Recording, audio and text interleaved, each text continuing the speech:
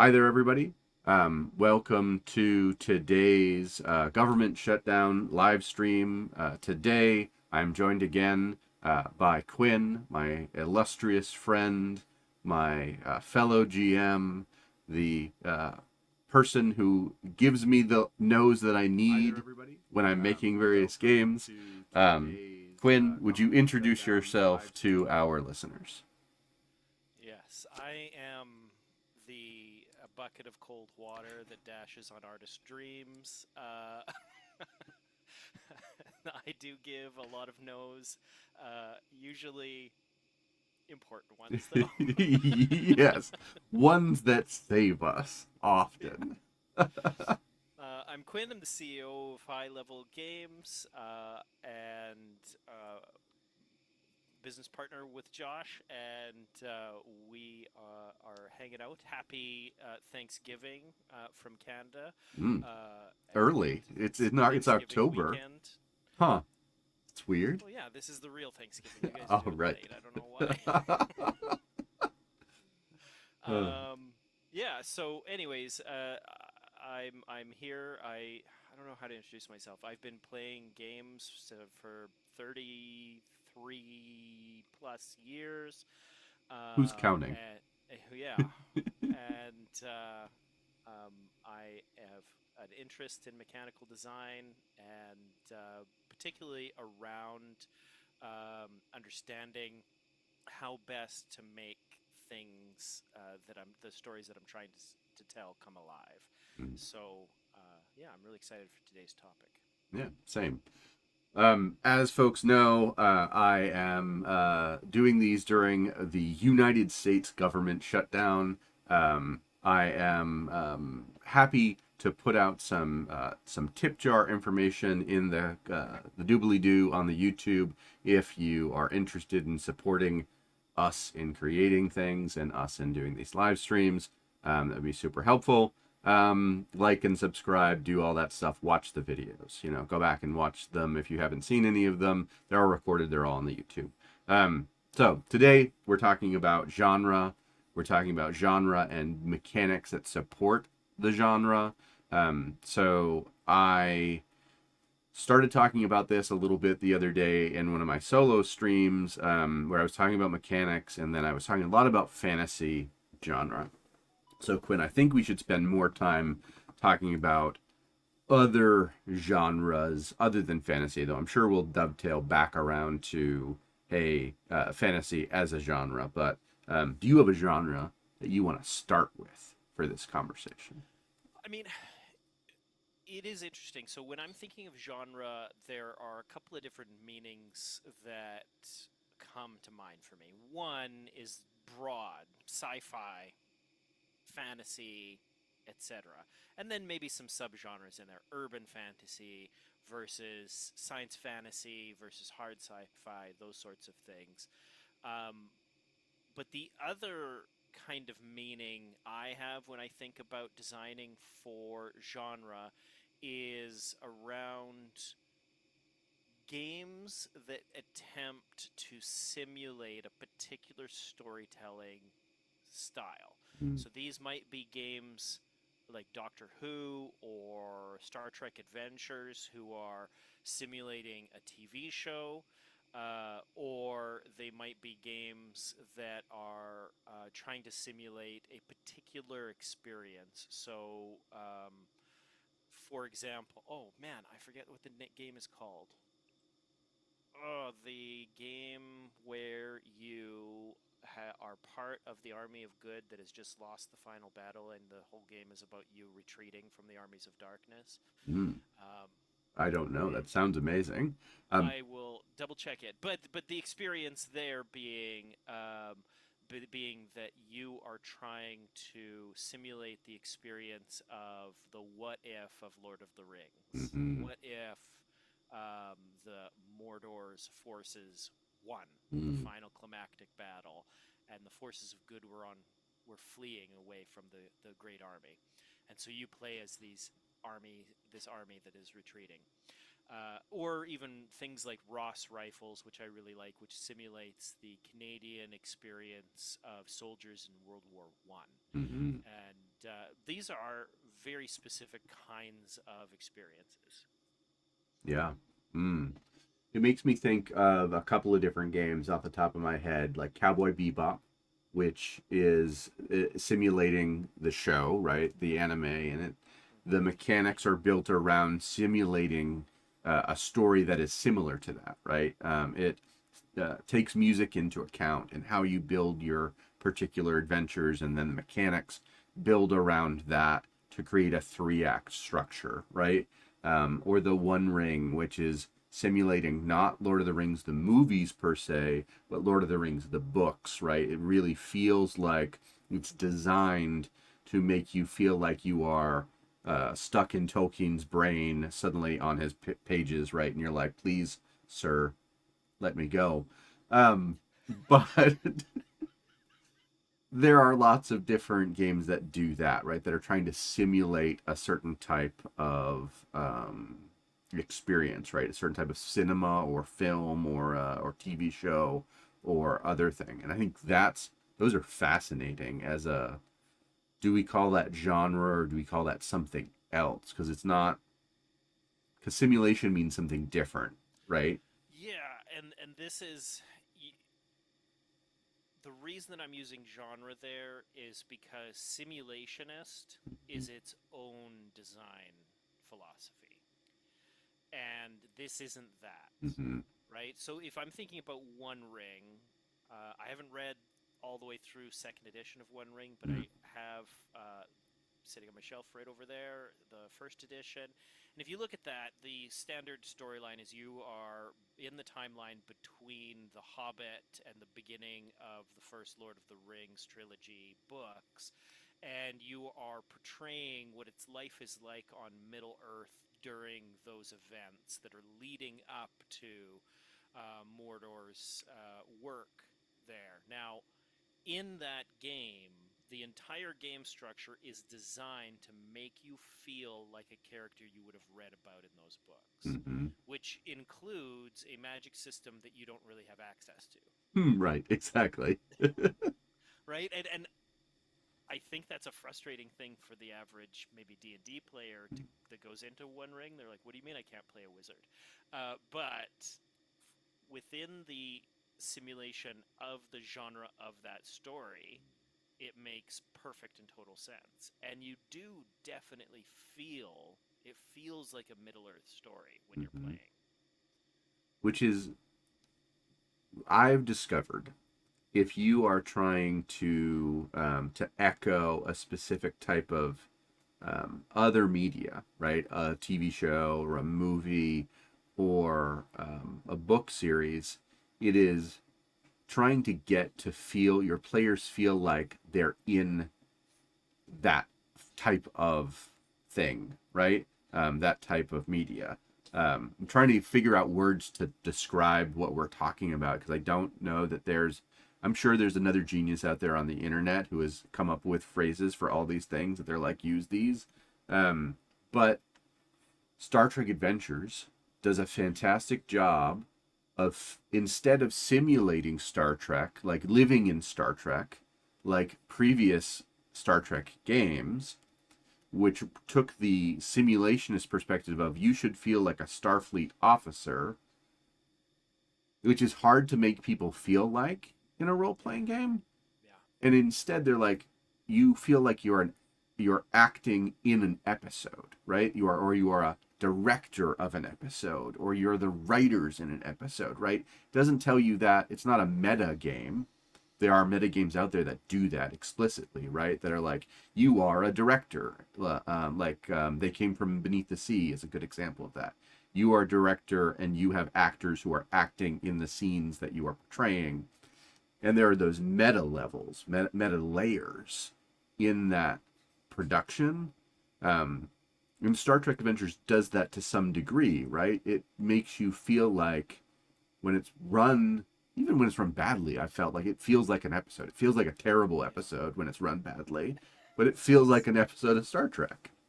Yeah, and I think that that's a really great example of what I'm talking about. And not just because I'm a massive Star Trek fan and I'm running a Star Trek Adventures game that we have been writing adventures for quite a while, a couple of years at this point. Maybe, yeah. Um, and I think that that's a great example because I found after running it several times that it works best when you stop trying to make it play as a regular role playing game. Okay, Mm-hmm. next day comes, now what do you do? Next Mm-hmm. day comes, now what do you do? Right? Instead, if you design the adventures, and all of the published adventures are designed this way, as episodes, right? Let it be the TV show. When you're trying to simulate the experience of the stories in the TV show, that's when that game really shines. Should we get into like why that's the case? Yeah, let's dive into why that's the case. Yeah. Yeah. Well, I mean, first of all, one of the structures of the game that I thought was really interesting is the creation of the scene. Mm-hmm. Now, theoretically, and I've played a number of games, and basically no GM does this that I've encountered, but at the end of every scene, you're supposed to lose a point of momentum. Mm-hmm. But the scene structure is you move from scene to scene to scene, and there are mechanical consequences for that movement. For example, if you are an injured character and a scene is coming to a close, you need to have had medical attention, or at the end of that scene, you will die, Mm-hmm. right?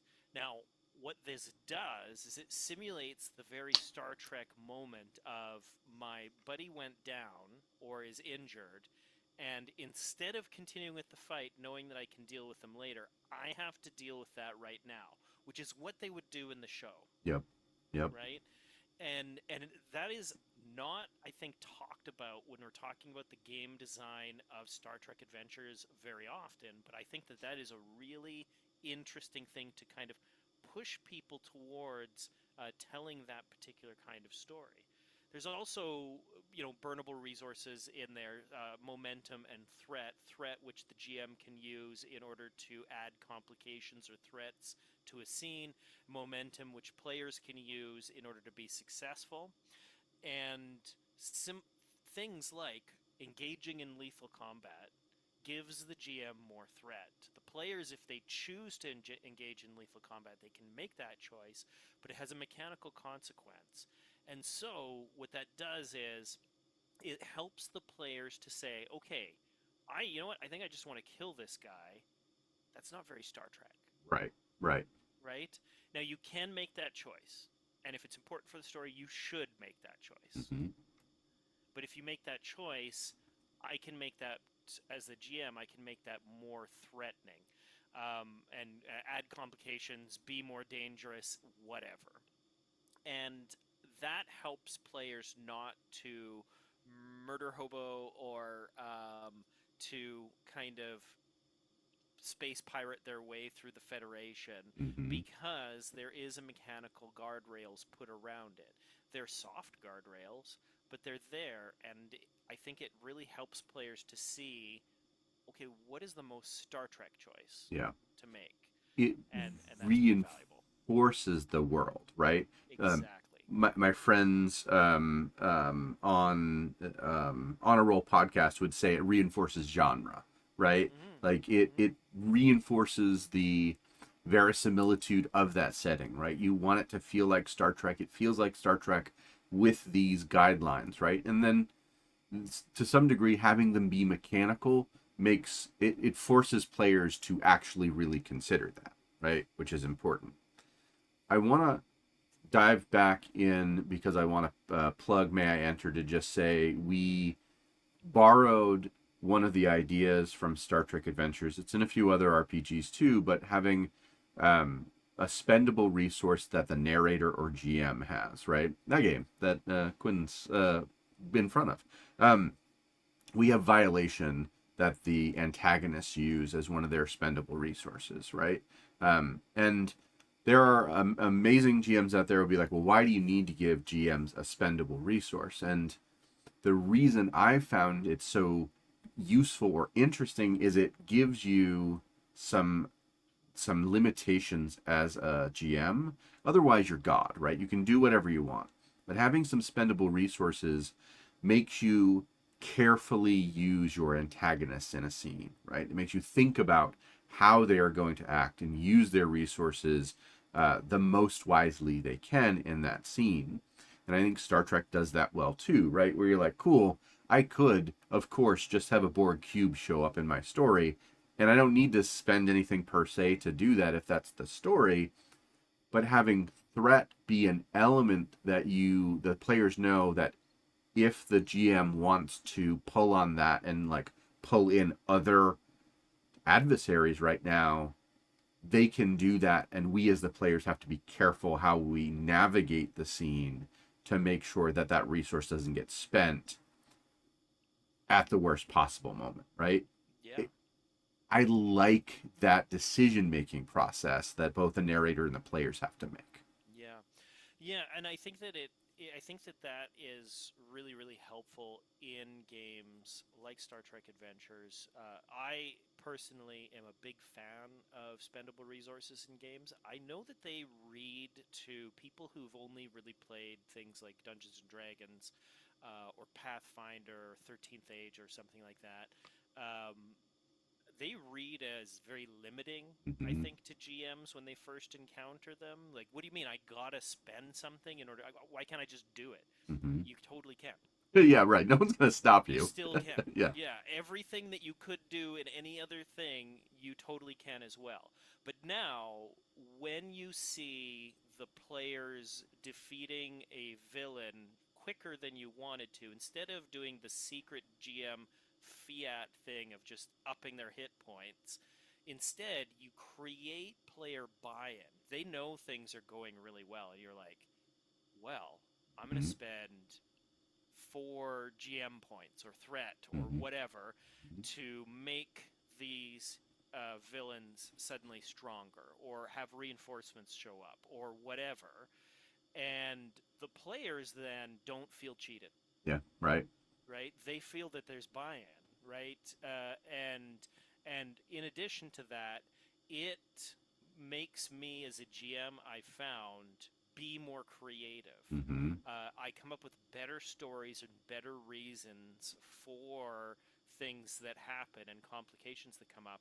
And it's a muscle. Like, you got to work it out. At first, it was a tough thing to wrap my head around. But as time goes on, I realize that the stories that I can tell with those resources are much more um, interesting. Yeah. And you just said a word that I want to pull out. A word that I think helps build a genre sense, a verisimilitude of a setting sense is complication. Mm, So games that use, and this is a newer school, it's informed by the Powered by the Apocalypse. It really became a thing after Apocalypse World, even though, to give credit, there are other game systems that used things like complications or rolling without a full success, right? Rolling with some sort of drawback. Those things existed prior to Apocalypse World, but it really got into the mainstream of game design after that game. Um, yeah. and the idea of a complication, and you can do this a million different ways. Blades in the Dark does this wonderfully. May I Enter does this wonderfully, where we use clocks, right? And we have a whole system of clocks where you a thing occurs, right? A complication occurs in a scene, and then you have to work to buy off the complication. Actually, I give credit to Blades in the Dark, but I stole it more from Cowboy Bebop, which stole it from Blades in the Dark, which uses it great, right? It's like, hey, there's now this thing in the scene that's now there's a bomb, right, in the scene that you've got to deal with, and you only get it because of a roll, right? Because some sort of randomizer occurs. Either you get a 20 in Star Trek Adventures, or you get a 3 minus in May I Enter, or something. Any of the other games, you get a bad roll or a good roll, and then this complication exists. This other thing, this other element of plot, now is a thing that you also have to deal with. Yeah. And I mean, I think complication is really handy in how you provide guidance when you're designing around the specific genre. I prefer it. So we all know the natural one lore Hmm. within D&D and D&D style games. It's not a rule. Yeah, it has been occasionally a rule. Yeah, but it's currently Yeah, just not a rule. right. And but it is one of the most common house rules in D&D. And uh, given that you have a 5% chance of your highly competent fighter doing something boneheaded Hmm.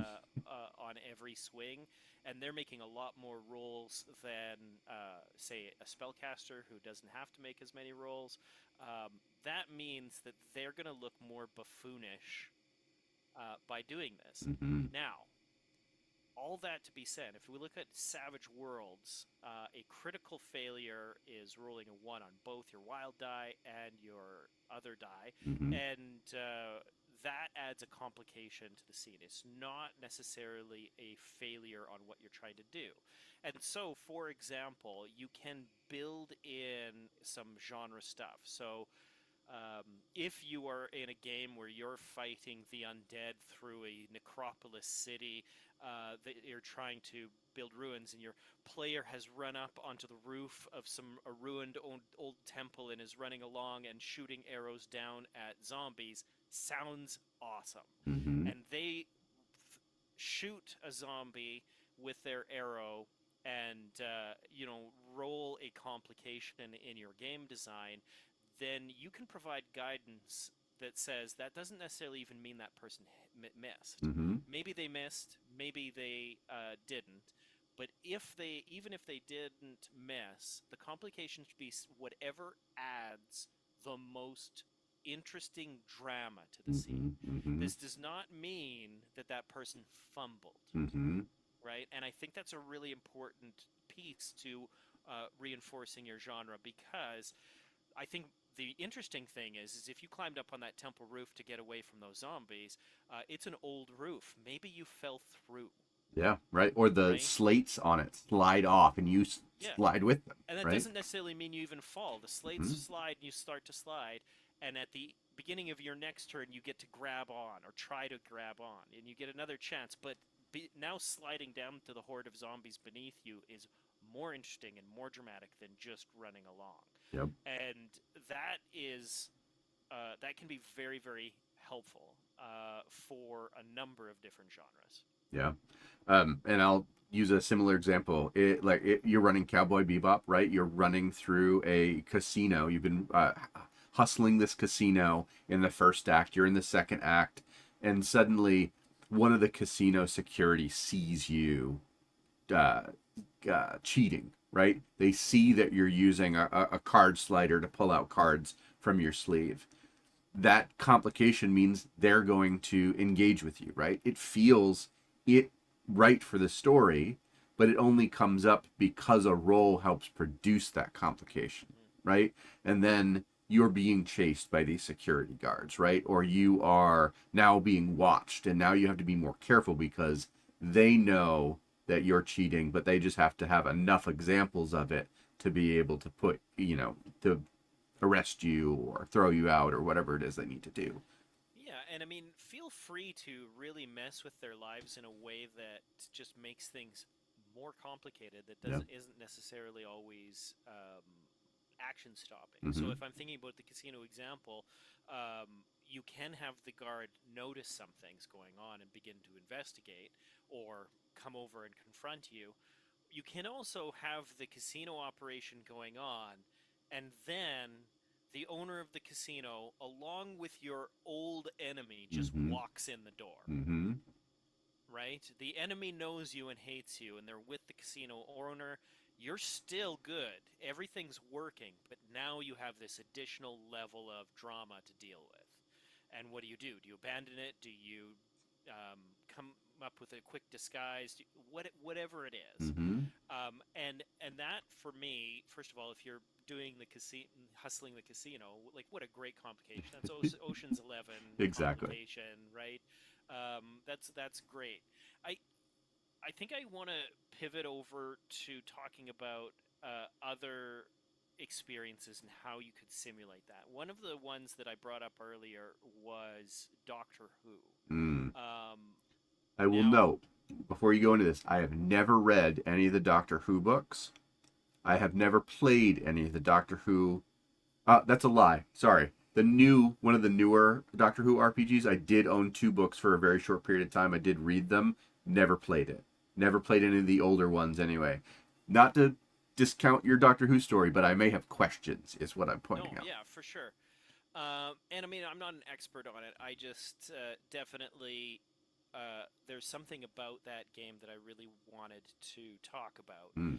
Insofar as um, if you think of a Doctor Who episode, what you have running around the universe is a demigod like super genius with an IQ of 2000 and a lifespan that is seemingly endless, with a sonic screwdriver that is basically a magic wand, Mm-hmm. that can do functionally anything you want it to do. And next to that person, you place a security guard Right. from London. Right. In Or 1972. yeah, or a housewife from Chelsea or something like that's who's running around the universe doing this stuff. And so you have Daleks or Cybermen or whatever situation you're dealing with. The sun on the planet you're stranded on when the TARDIS goes away is now exploding. Now what do? Right? That Yeah, it's I a don't know if that Doctor Who was ever story. an episode, but It could have been, that sounds like one. assuredly. But when you have that situation, what do you do? How do you deal with this one concept that I think is a little bit of a distraction in Mm. game design? And the Mm. concept is game balance. Yeah, yeah. Right? Now, fundamentally, I've been on the record of saying I don't believe in game balance. Mm-hmm. As a GM, as a game designer, I don't think that there is it's necessary for every character to have the exact same mechanical effect, Mm-hmm. especially since game balance typically comes out of conversations with tactical based combat first games, where when you say game balance, what you don't mean is every person is equally effective in the story. You Mm-hmm. mean is every person equally effective in combat. Yep. And so, if I want to build a character who is a charismatic face, I might be making a person who's not going to be that effective in combat, but that makes me happy. Mm-hmm. And I think that that part of the game is very, very interesting to me. Now, all that to be said, back to Doctor Who. How do you balance this in the entirety of the story, which isn't just mechanical combat or tactical based game? In that game, what they do, I can't remember what they're called, plot points or something. Mm, something like that. Yeah. Yeah. So every character is given a spendable resource called, let's say, it plot points. That might be wrong. Might be, but you're Yeah. right. It is But a spendable if resource. you're a Yeah. Time Lord, I think you get one, Yeah. maybe two. Mm-hmm. But if you're Amelia Potts, you might get 10, Mm-hmm. right? And what you can do is, as the story is progressing, you go through and you try to achieve whatever your objectives are. You try to survive, you try to solve the problems, and the Doctor clearly has way more resources on that front uh, than the companion does. However, the companion has all these plot points, and these can be spent at key moments in the game where they then can impact the story in their favor. So, for example, you're being chased by a bunch of Daleks. The Doctor might be able to pull out his sonic screwdriver, though the Doctor tends to run a lot in Mm-hmm. Doctor Who as well, and be able to deactivate the first one and turn it back on the other ones so that they start killing each other. Who knows, right? That maybe that's a thing. Mm-hmm. Whereas the companion could be running through an old house, and suddenly the plot point is played, and they can pull a sheet down from a some construction materials, and then that collapses all of those bricks and everything in front of the Daleks and blocks that entrance. That's the plot point. Suddenly, both of them have a way to deal with being chased by Daleks, but for the companion, they can use the spendable resource to kind of invent Mm-hmm. a in-universe way to do that that isn't being a Time Lord. Yeah. And I straight up love that. I Yep. think that if you're going to talk about game balance, that it was an elegant design solution. Is that Cortex they use as their base game? It's There's not, some. because Cubicle 7 is the one who produces Doctor Who now, and it's Yeah, but not. it's a new one. It's I not might be the thinking Cortex about system. a version before. Maybe. Anyways, so I within that will. context, go ahead. I'm gonna hop in and say I will say, like, the idea of a resource that allows you to just borrow narrative control over the scene is incredibly awesome to me. Like, I think that is one of the cooler things I've seen in game design over the last few years. Right, is a limited resource that says to your players, now you get to be the complete. You have complete narrative control over this element of this scene. Right. Mm-hmm. And when you give players that opportunity, I have yet to see a player not want to lean in on it. I've seen some players struggle to figure out what to do when they have it. Um, Yeah. but that is a great time for the other players to support that player and be like, well, what about this? What are that? Like, give them some ideas. And then that player gets to go, okay, this is what I think we should do based on all this feedback, right? Yeah. Can be super cool. I mean, it can be anything. You could be playing a sci-fi game Mm-hmm. and spend your resource to say, well, I need to hack this computer core, but everything's encrypted, and have them say, actually, my character is as everyone knows, a hacker, and I'm about to try this, but I think that I should get a major advantage because here's my spendable resource. I invented the algorithm that Mm-hmm. they're using, Right, right. right?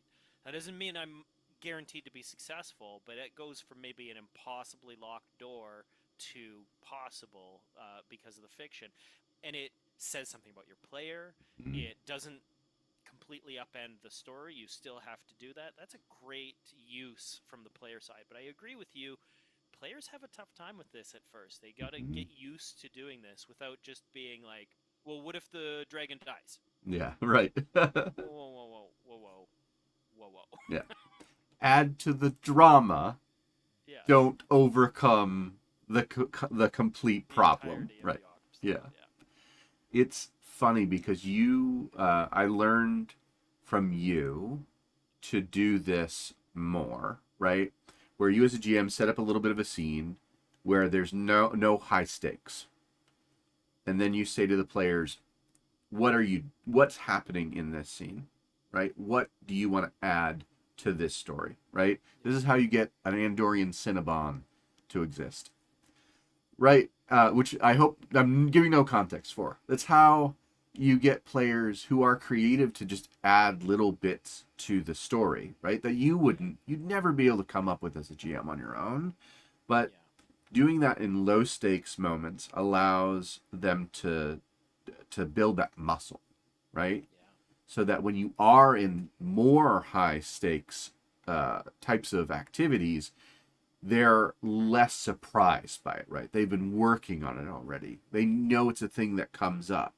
And when I've done that, having learned it from you, when I've done that, it's amazing how much more players start leaning in, almost literally. yes, yeah, Like, players will lean in on the scene and the screen if you're online, or the table in real life, right? And be like, okay, this is what's also here, right? And they often feel like now they're a deeper part of the storytelling by having the opportunity to add something to that space.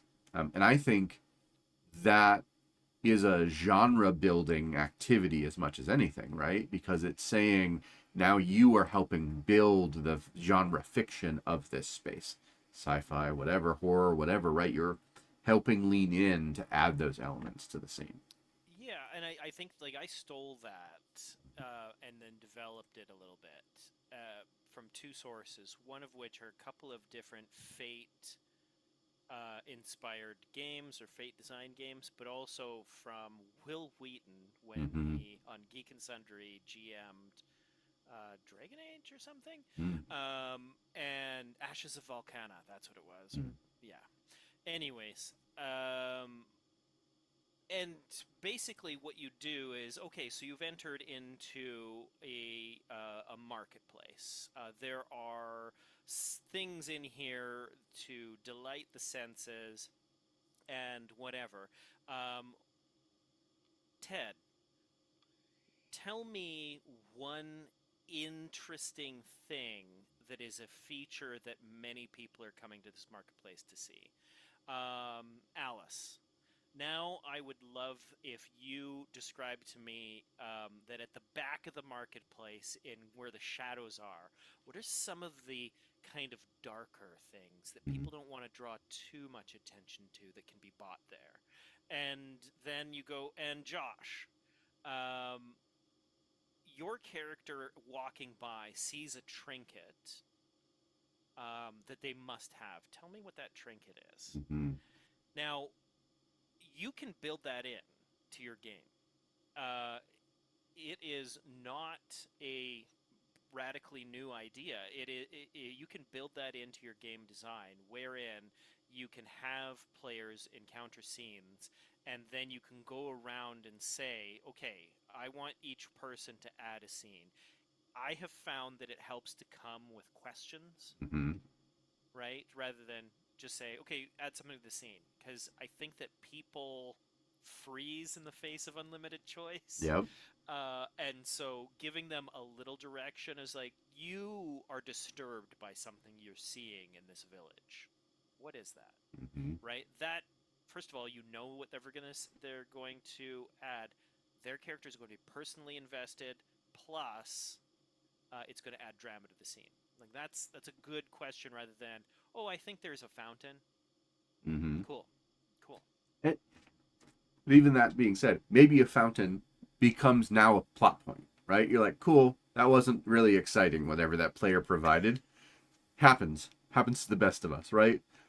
Sometimes your Andorian Cinnabon works, and sometimes it doesn't, right? Sometimes you're like, okay, I've added nothing of use to this scene until the GM decides, okay, well that fountain is now where you're going to fall in when you run by and you roll badly, right? You're going Yeah, to fall right into that fountain, right? yeah. And whatever your players give you, uh, talking like harkening back to our average player, average GM thing, an average Yeah, GM can just grab whatever your average player is providing and use it in the scene, whether it's good, bad, or terrible, right? yeah. Um, or amazing, right? To give all the different flavors of what it could be. Um, One of the things that we added to May I Enter that's similar to this that I actually stole from the Game to Grow therapeutic RPG system. So what they do, they run therapeutic role-playing games, and I'm not a therapist, but I'm telling you this is a good idea regardless of therapy or not, right? But they have a set system for how they end every session where they say, cool, we have these three questions. We're going to go over these three questions at the end of every session that we do. How do these players answer these three questions, right? And they're reflection questions, right? There are questions about what you've learned during the session, what your characters learned, what things you were interested in, right? It helps you prepare for, as a GM, how to give that player more of a thing. And I stole these for May I Enter, and Allison created a bunch of good example questions where those questions are asked at the end of every session, and they prepare you for the downtime part of the story, right? Where you're like, what happened in this session? How did it affect your character? And those questions, right? Building questions into your game. That's the point. That's the mechanic I'm trying to get at. Is like that helps you build the genre, right? Whichever questions you give the players at different times. You can have questions during character creation, right? That help them build the backstory of their character. And those questions for us are playbook based, right? There are three specific questions that are asked for each playbook. How do you answer those each time? And then at the end of every session, you had these specific questions that helps you as the narrator and the characters feel some sense of closure, connection, building that happens almost naturally by having that sort of system built into the game. I think I want to talk about mechanical advancement in the context of genre, if that's Yeah, all right. yeah. So there are a number of approaches to this. First of all, there are some players for whom mechanical advancement doesn't really matter that much. And there are some games where mechanical advancement doesn't really matter that much, particularly if they're short. Um, but for the majority, mechanical advancement is pretty important for people. They want to be able to change and improve their characters. That's a generalized expectation that people will have. Now, how you address advancement says everything about the genre you're trying to simulate. Some examples I might give you would be in Monty Cook's game Numenera. In his preface, he talks about how experience points are the cheese you give to the rats to make them go through the maze the way you want them, which I always thought was a very funny thing for Monty Cook, who's very soft spoken to say, Mm-hmm. but I mean he's not wrong, right? If you, for example, why was second edition Dungeons and Dragons so differently played than third edition? Mm-hmm. Well, the reason is that you got an experience point for every encounter you bypassed or defeated, plus you got an experience point for every gold piece you got. Mm-hmm. So if you could get around the dragon and dig a hole and have the gold all fall in like Looney Tunes style and take all that gold with you, you didn't have to fight the dragon. You got, thousands and thousands and thousands and thousands of experience points. Mm-hmm. If you earned an income on a mine that you cleared out, you got experience points for that. All of those things gave you experience points, which meant that you thought about challenges differently. First of all, second edition players were much greedier. Yeah, that because that's what would happen, right? That would Yeah, create that reaction, of yeah. course. And that's fine. Now in third edition, up to through fourth edition, though there was some optional stuff in fourth edition, what you saw was functionally experience points were for combat, Yep. right? And so the game became purely about defeating your enemies using magic and blade. Mm-hmm. Um, and you could imagine that it always was, and for some people, it always was. But that does not reflect the general play styles, and that meant that those games became so much more about just hit it with a stick. Mm-hmm. And then in fifth edition, you introduce what is seems to be the most popular experience methodology, which is milestone, which changed the way people play fifth edition and 5.5 again. Now they play for the storyline.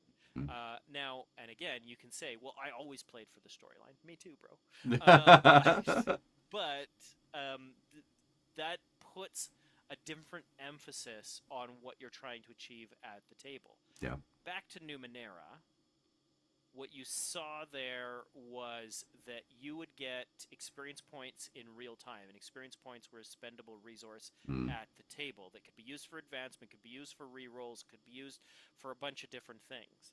Now, these experience points came for discovery, right? They became for exploration, and then there was experience points that were specific for when when the story moved forward. Mm-hmm. And so if you were working through a plot point for your character for 3 sessions and then you resolve it, the GM would give you 3 experience points. Mm-hmm. If you discovered something new in the context of the session in real time, you'd get an experience points. You got no experience for combat. Mm-hmm. You engaged in combat, Mm-hmm.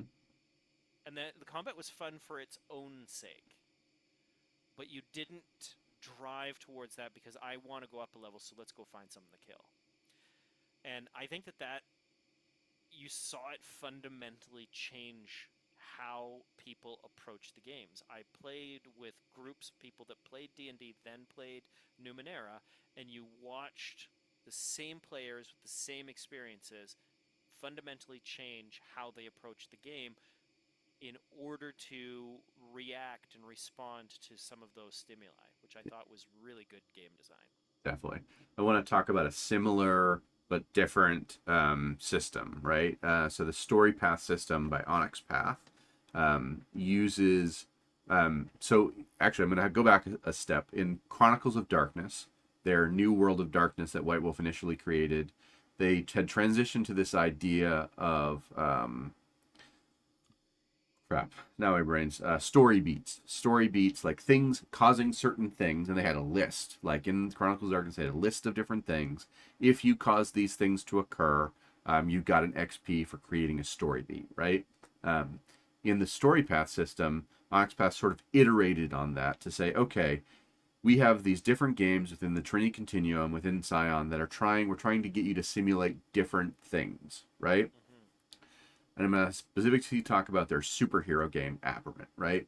So in Aberrant, you get XP for meeting your aspirations. At the beginning of every game, you write down a sentence of a thing you want to occur in the game. One, this is a highlight to the narrator, the GM, to be like, I want to do this thing in this game, right? In this session, if possible, I want to hit a person into the sun, right? As an example of a wild thing, you could say, I want to have that happen. The GM can go, okay, I'm going to try to figure out a way to build that into the session, right? Where the player's going to be able to do this thing so they can get the XP for it. And then also, you get experience points for using your momentum. Momentum is a resource that you build up and then you spend to give you rerolls and bonuses and things like that. Which, again, mechanically, the intent is to build momentum and then use it, right? And so you get experience points for using at least half or more of your momentum in a single scene, making you because the idea of the game is you want to feel epic, right? You want to feel like a superhero. You want to look super cool. Use the resource to make sure you look like that, right? Like you're doing that thing. And then there are other things in there that are about furthering the story as you and the narrator have defined it that help you gain that experience point. Um, and it's interesting. You talked about like games that either have a lot of progression or games that don't have a lot. And you can do. I'm gonna make a pitch for my enter again. We have a slower progression of character development because you're a vampire, right? Yeah. You're a vampire that potentially is going to live hundreds of years.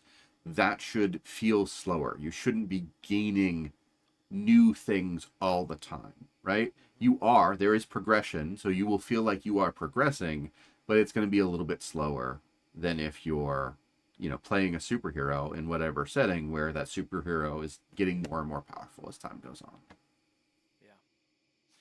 Yeah, and I mean, as far as mechanical advancement goes, you could also, I mean, I designed a mechanical advancement for Savage Worlds that slowed the mechanical advancement down for people significantly. Mm-hmm.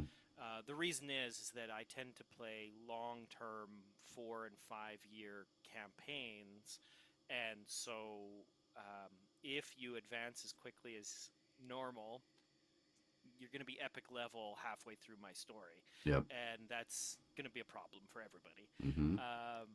And so what I've done traditionally is I'll have 3 points on offer for advancement. Now you need about 5 points to advance, though I shorten the ones for your first advance down to 3, just so that you can get some. But uh, if you attend the session, you get a point, no Mm-hmm. matter what. Mm-hmm. And then I give out what's called the game point. And I have the players themselves decide who gets that, right? And so every one of my sessions ends with the players nominating other people, because you can't nominate yourself. Mm-hmm. Um, because of the awesome things they did that session. And so all of my sessions end with the players talking each other up and how great things that they did were and how much they thought that was awesome, which is what a great way to end. And whoever gets the most points, they get the next experience point. Mm-hmm. And then I give out the plot point. The plot point is given by the GM for the person who doesn't necessarily play the best or whatever. It's the person who moved the plot forward the Mm-hmm. most, Mm-hmm. right? And they may not have even known they were doing it. Mm-hmm. And so it gives a signal to my players that that stuff was important. But it helps the person who's like, I actually think that we should do research in this library, Mm-hmm. and gets the lore that they need to move the plot forward or whatever, and it rewards that person, and I get to make that as a little bit of a fiat decision, and that can be really, really helpful. Yeah. What I love about the player, whenever you give an opportunity for players to big each other up, what I find happens is they try to be egalitarian about it, right? Mm-hmm. They're they're often, not always, there's often a player or two who clearly stand out at the table, right? It just happens, right? Yeah. But whenever you give the players, hey, give each other a thing, they will try to make sure that everyone at the table feels included. If they notice 2 or 3 sessions go by, and I'm just going to say Matt has not been talking a whole lot as a character, the players will be like, oh, you know what? The thing Matt did in this session, we really want to highlight it. It may not be the most amazing thing that happened in that session, but they want to make sure that that person feels like they're included, because that helps them buy in more and more. And players Frankly, notice that. it gives me valuable feedback as a GM, Yeah. because I cannot tell you the amount of times somebody has said, "Oh, Josh, you know that thing that you did that was really awesome? I really loved when you were talking to the shopkeeper and they said this and you said this and they said that and you said this, and I thought that was great."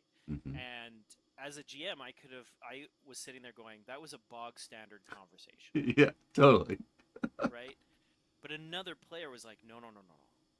That revealed something about their character, or that was really quippy or interesting." And it helps me, and I sit there and go, "Okay, that was interesting. That revealed something about a lot of people at the player that I would never have figured out myself." Yeah, And I that's why get you have to very have grateful. chairs everywhere you go. Is moments like that. What I've discovered doing these with you, Quinn, is like, oh, if I can add a self-reference or a in joke, I'm going to do that. Uh, I think Cheers. the things we're talking about, though, like we're approaching mechanics as a way of like providing the right type of player experience, right, Hmm. at the game. And I want to call out games that do this kind of weirdly also, but I think people like, right? Like Alice is Missing is the one I want to call out, right? Mm. The game where you are texting and or using Discord, Message app or right? whatever. Yeah, you are messaging each other. I like playing this in a room with other people, but you're not talking to each other. You're Yeah. typing, right? You're writing in that, and it creates this magical tension in the space where everyone's they're invested, but in a totally different way, right? Yes. And the thing I'm saying is I want to encourage people to use the modality, use the tools that you have differently, right? We live in a amazing space of technology. It's great to try to use that technology in different ways to get the same sort of effects, right? Yeah. When A messaging app, a I, Jenga tower, oh, a